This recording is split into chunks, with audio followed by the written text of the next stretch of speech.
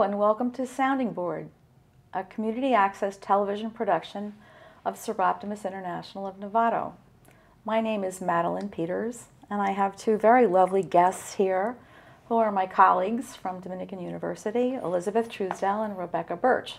And I'll have them introduce themselves in a bit.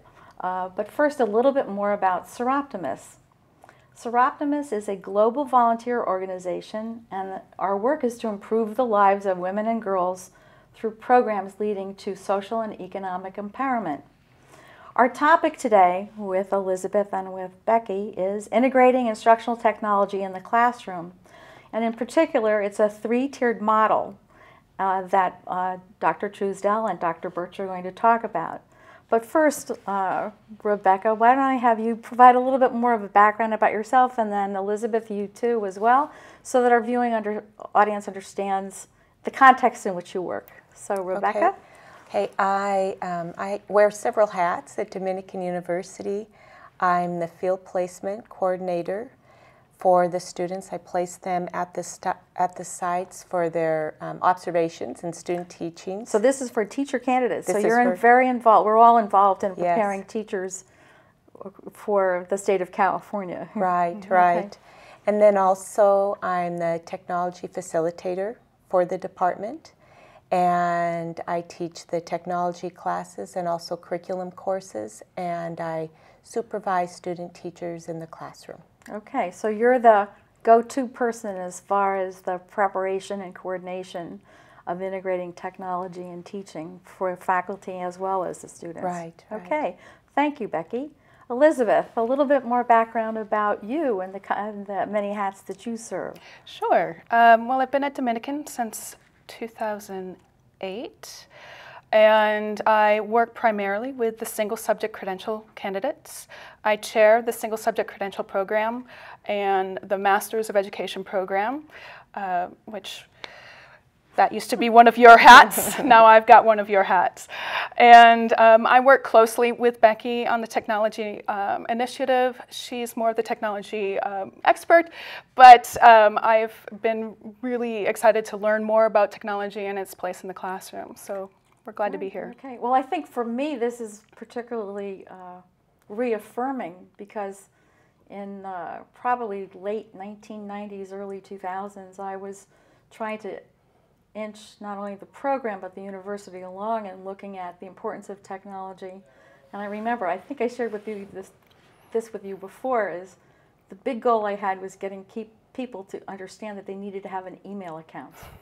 So it's, you know, it was like baby steps. And now, of course, you've launched on much broader goals. And so it's very nice for me to have you here. And I should say it's a relief, too, to realize that other people are interested in carrying along things that we started a long time ago, as I said, just baby steps. And it's interesting to see how much your work is really being taken on and embraced by not just the people in teacher credentialing, but in the university. So thank you for carrying that responsibility forward. Thank you for being a pioneer.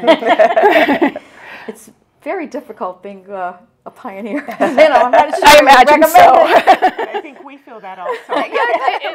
in our own way. The new emerging right. That's right. It's nice to have a chance to talk with you about it. So it can be lonely doing the work that you do. So why don't, Becky, I think you said you wanted to start off.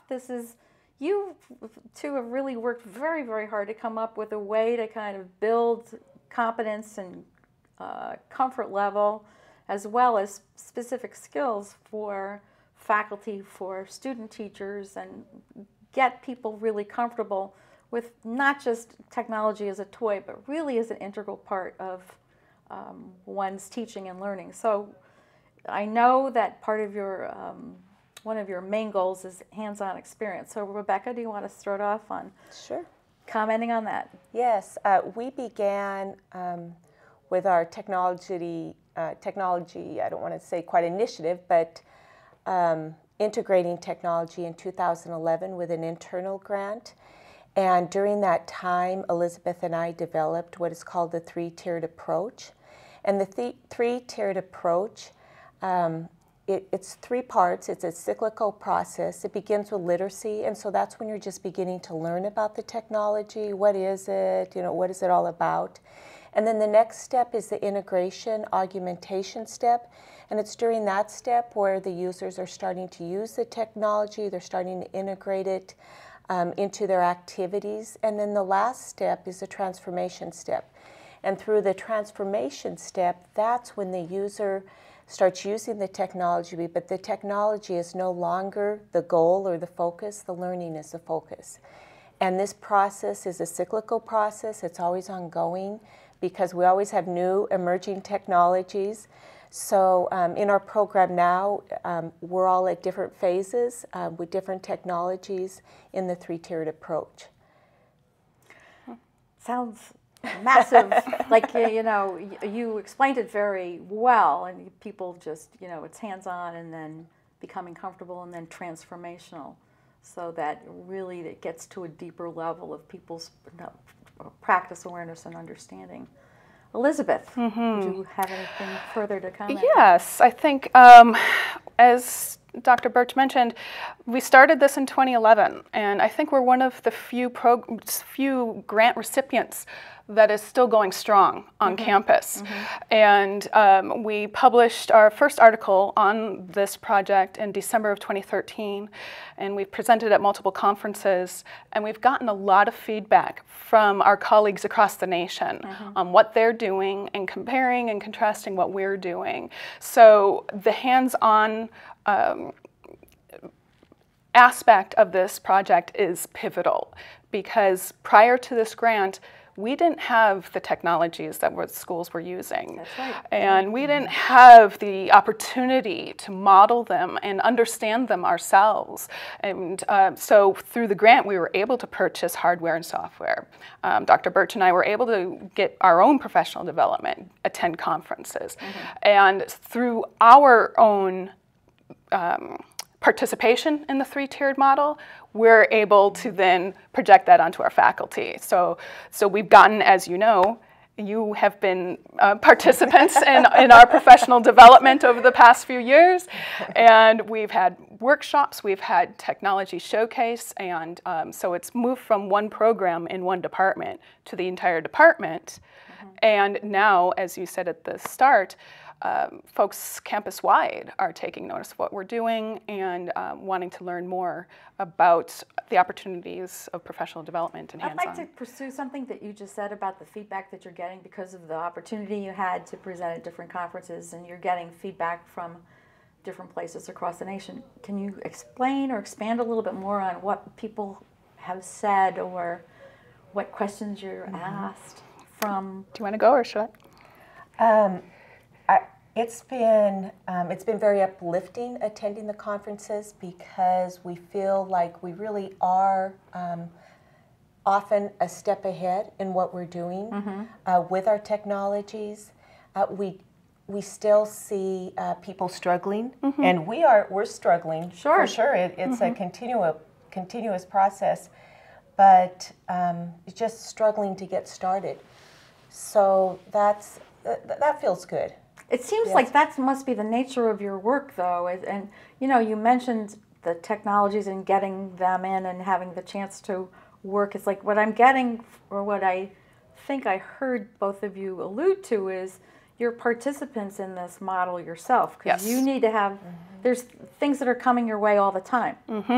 So I'm assuming these things that are coming your way all the time are new to you, so you need to understand and figure out and apply and scratch your head and go, oh, this isn't, that you go through those same kind of new steps that a person who's just in your class perhaps learning this for the first time experiences. Is that, am I? Yes, I mean, and so we're walking the walk. And there's no lecture involved in what we do. It's completely hands-on. And, our faculty in our department, they're continuously learning and continuously, finding challenges. And so even... I like your choice of words, finding challenges. Yes. You mean pulling your hair out. Yes. Well, even this week we met with some folks and we got new ideas of new approaches, and new ways to apply the model that we've got. We feel very strongly that our model works, and because there's room for flexibility. We are flexible to the context and to what the faculty may need, and ultimately, you know, obviously leading to our student teachers, then learning from faculty, and then of course, ultimately our last goal is that students out in the K-12 schools have access to the technology and are able to leverage the technology as a tool. What I see you two doing is, you know, you're taking this framework that you have developed and implemented, you know, as a strategy for yourselves and your own learning, as well as for the larger community. But you're essentially offering yourselves as the guinea pigs, perhaps. And it's not as though you're off in a corner learning how to do this. Right. People see the bumps and the stops and the frustrations and all of that. I can imagine that makes people who are new to this feel, oh, it's not an easy road. And here are the two people who are leading this, showing us that it isn't an easy road. So you're offering, I think, yourselves as models. There is no easy way. No, this is not a perfect approach. That's what comes across to me is, you know, then there's a certain amount of courage and vulnerability that's involved in that as well. We've learned that. And something doesn't work and you figure out what to do next. So I want to applaud you on that. It's you know, you're willing to take risks, which I think is really important. You know, it doesn't come easy. Thank you. I would like, so that whole hands-on experience, it's hands-on experience for you folks, it's hands-on experience for your colleagues, and hands-on experience for the students.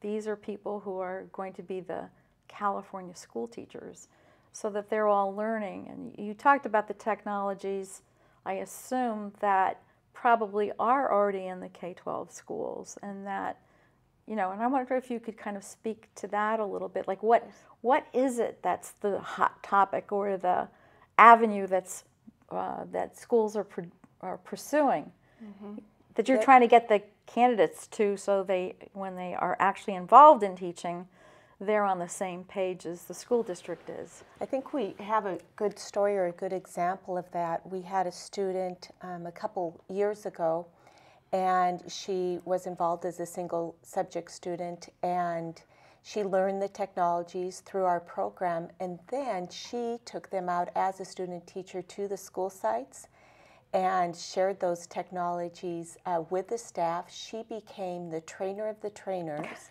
at the school, and she was only a student teacher. So she trained her staff at the school to implement the technologies. And I think as far as technologies, they're always changing. The tools are always changing. So it varies. It varies from year to year what the different focuses are. Yeah. So you've created mini Beckys and mini Elizabeths, I think. Oh no. That's a scary thought.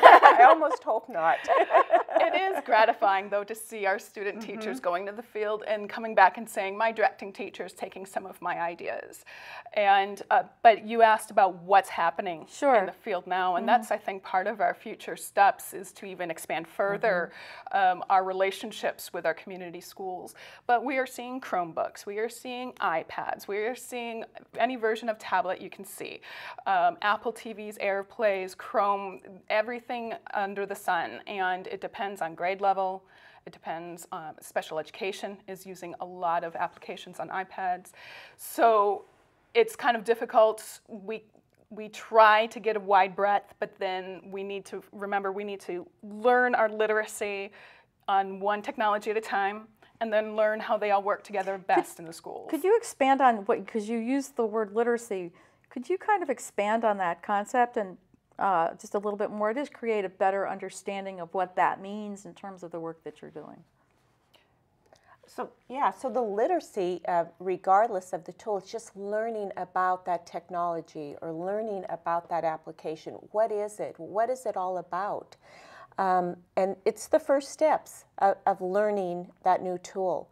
And then we said the next step then is when you actually start to integrate it and to use that technology. So the literacy is is really just the whole familiarity. Just Yes, knowing, exactly. knowing the language, knowing the application, knowing the hardware, the software. Yes. Okay, so Yes. just developing an understanding of that, because I can understand. I've been watching you two for several years. It's if there's a lot out there, there's a lot to learn and absorb. But you're right too. You have to kind of really make a decision about, okay, given the nature of what we're doing and our responsibilities to students, what is it that we need to address and need to help prepare the students in terms of their comfort level to then go out and teach. I still think it's important to understand that you are demonstrating how to be a leader for these students who then can go out and step into their leadership in the schools. And that's something to be to really celebrate. Now, the second point, which I'd like to address too, is the whole concept of professional development. One of the things, probably in my own experience in higher education and working in K-12 schools, is that you had all the toys. Yep. And it was just assumed that teachers would learn on the fly. And it was just interesting for me to see that. I saw that happening at the K-12 level. I certainly saw that happening at the university level. Could you speak to that, this whole concept of sustained, evaluated professional development? Definitely. Well, we did a lot of research before we started any of this. And what you saw and you experienced is what has been documented. And there's been spotty professional development in, pick your topic, insert topic here. And it's true whether it's about technology or some other kind of learning activity. So we realized that we saw a need for that in teacher preparation programs. We wanted to, as Dominican, we are very proud of our programs. We want to make the most well-rounded, marketable graduates. To do that, we knew we had to have sustained professional development first of our faculty. So we had to learn how to use the technology, model it, just like in our model. And now we're looking outside. We're seeing our students, yes, they are graduating and they are leaders, but they're finding that their colleagues, some of the veteran teachers who might be eager to learn, might not have the opportunity to have that sustained and evaluated professional development. It's one of those one-day things and then go and try to do it, and then the technology gathers dust in the back of the room. So what we really want to do now, we feel that our future steps is our sustained professional development that we've been evaluating all along the way and adjusting as needed. We want to extend that out to schools. There exists a digital divide, even in Marin County, but across the city especially, and in northern counties, we want to find the schools that are in need and try to form partnerships with them so we can then provide professional development. Our student teachers can extend their leadership opportunities to provide professional development. And if they get hired there, they can continue the torch and continue that professional development. Well, what that suggests to me is that because you have your three-tiered model, which is kind of in-house. It's more than in-house, obviously. It's sort of the structure of your thinking and your practice. And so by what you just said, it suggests to me is that your intention is to take a step back and look at this as a model to export in terms of school districts or parts of California, whether they're local, or particularly cities with which we have partnerships, or counties or whatever, and that look at this as an institutional model that people pay attention to as they go about and take the steps. And to me, it's not only focused on technology. It really, to me, addresses what ongoing professional development on any topic is important. Because, we've all had the experience of the one-shot workshops.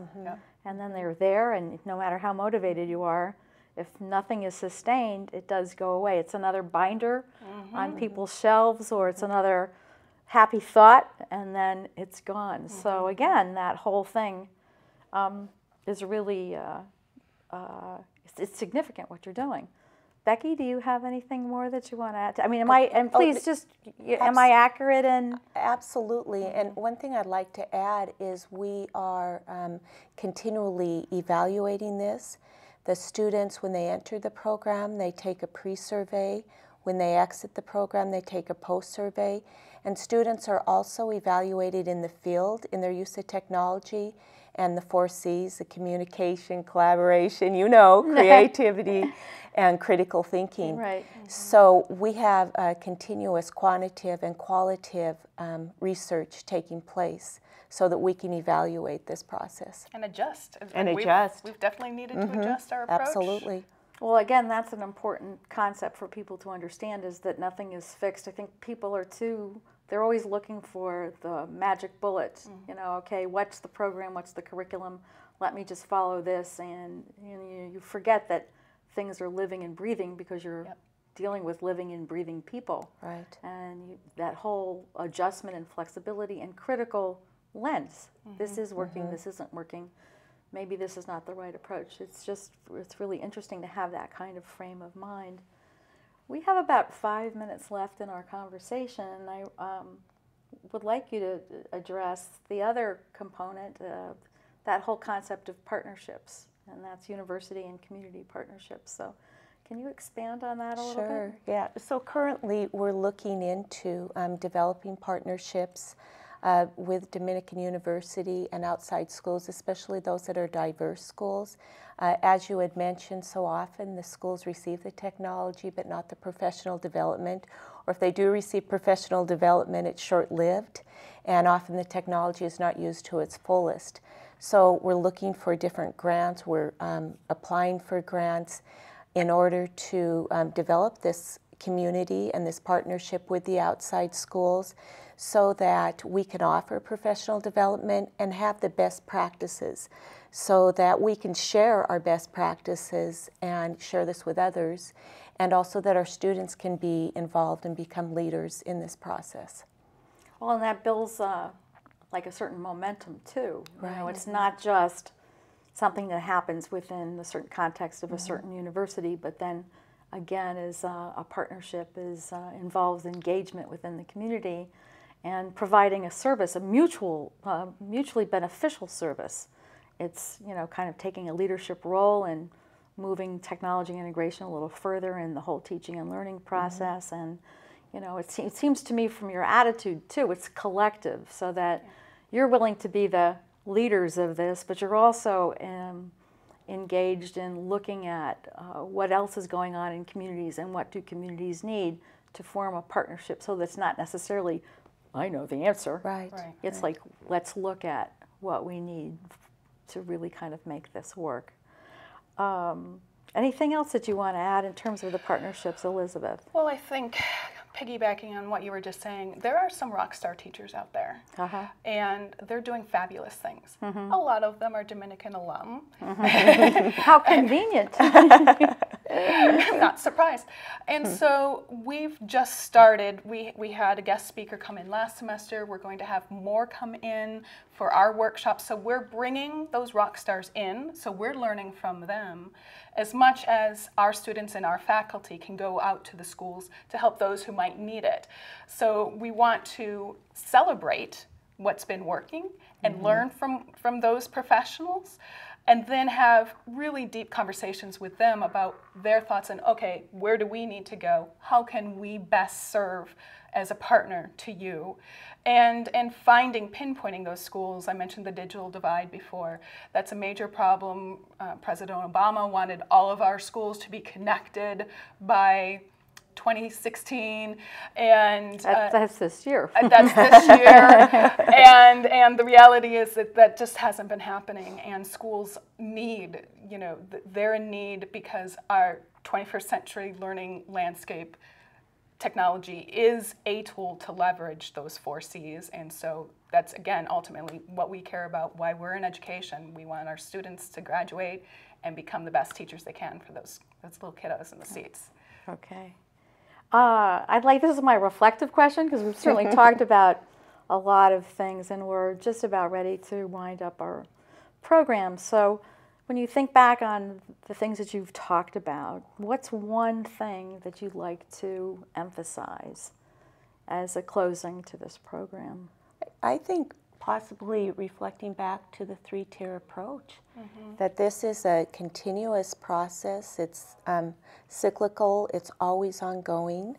There are always new and emerging technologies. It's a process that doesn't end, and we're always going through those three stages: the literacy, the augmentation, the transformation. Okay. And Elizabeth. I definitely would agree with that. It's cyclical, and also it's so important that we remain flexible and listen to the needs of our students, our faculty. You know, you talked about taking risks.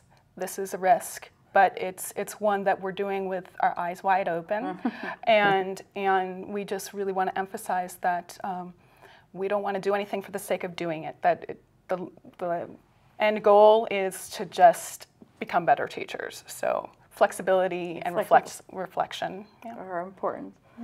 Well, Elizabeth and Rebecca, I'm very, very grateful that you took time from your very busy schedules to be here. Thank you very much. What I'd like to do now in closing is, again, thank our guests for sharing their perspectives with us. I also really want to thank our Soroptimist International crew, and particularly our studio engineer, Leon Johnson, who makes this all look perfect, following his magic touch. And many thanks to the Buck Institute for Research on Aging. They provide us with an opportunity to use the studio to record our programs. My name is Madeline Peters. I'm with Soroptimist International of Novato. Thank you very much for your attention.